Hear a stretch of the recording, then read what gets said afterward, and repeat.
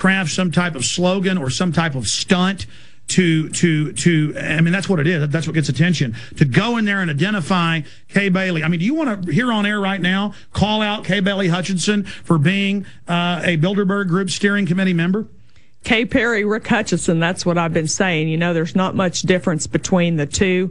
We've seen that time and time in elections. I think many of us saw that in the presidential campaign last time. We saw a lot of the same people pulling the strings.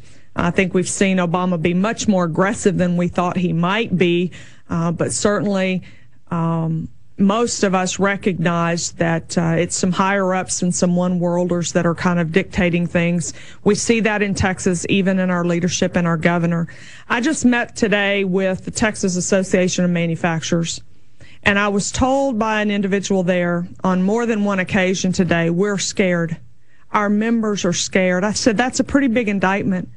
When you are scared of your elected officials for fear of the influence and the impact that they could have on your business, when you don't walk the line that they set out for you to walk, we've got a real problem in this country. We better wake up and we better make some changes and put some people in office who have the courage and the backbone to stand on those limited principles of our Constitution and govern in accord with that. MedinaforTexas.com. We're going to break.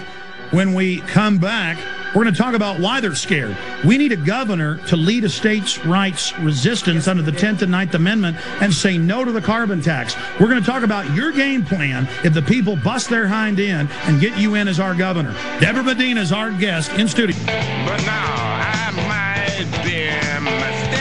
Debra Medina is our guest. Short segment right now. Coming back with a long segment. We'll take your calls at 1-800-259-9231. 800-259-9231. Debra Medina for Texas. MedinaforTexas.com for governor. Okay, you talk about Texas manufacturers. The whole country's being deindustrialized. We're going to end up like Detroit. I just sent 2 camera guys for 4 days up to Detroit. They said it's worse than what the news is saying. Time magazine had the cover, the fall of Detroit. It's the whole state. Whole blocks in nice areas collapsing, vines growing up, crime everywhere, government taxes only being raised. Texas and the rest of the country, California's already a failed state.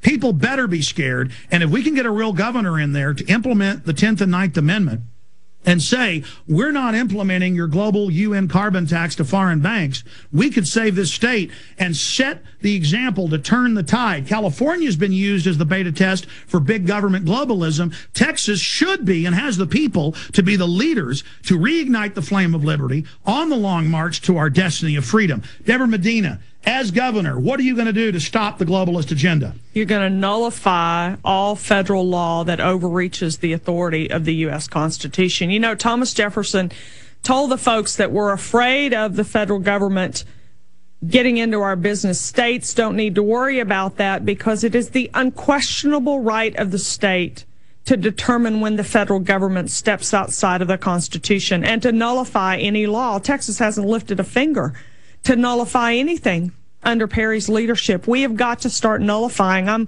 traveling around Texas saying, can you imagine what it would be like if we nullified intervention into agriculture and we told farmers and ranchers in Texas, you want to plant it, you want to grow it, you want to sell it, get out there and get after it.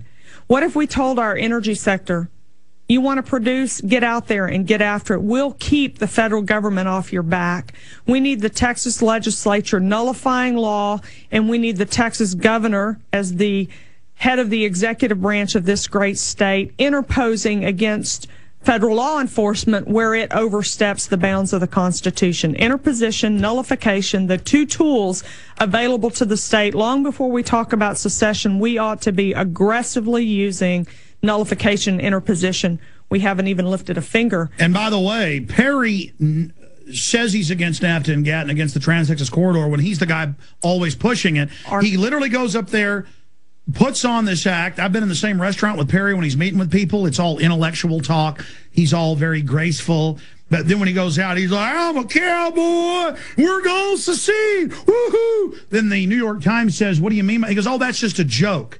See, instead of having real states' rights and the states asserting its sovereignty, not seceding, instead he bypasses that and goes, we're going to secede, and puts on a fake, good old boy accent. I mean, it's fake as a $3 bill. He's a very good campaigner. People need to remember that.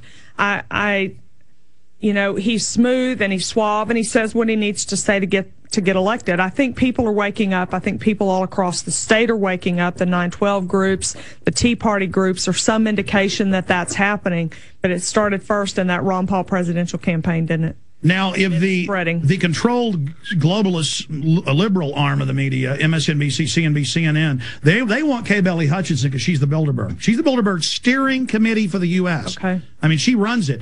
Notice how they'll attack him all day for his death panel, you know, his executions, and maybe doing a bad job with that. Who knows? Because the feds want to come in here and take control. But notice they won't put you on TV, or they should. You would totally destroy Perry. But no, they only want to destroy him enough to get Kay Bailey in. Kay Bailey's the real danger.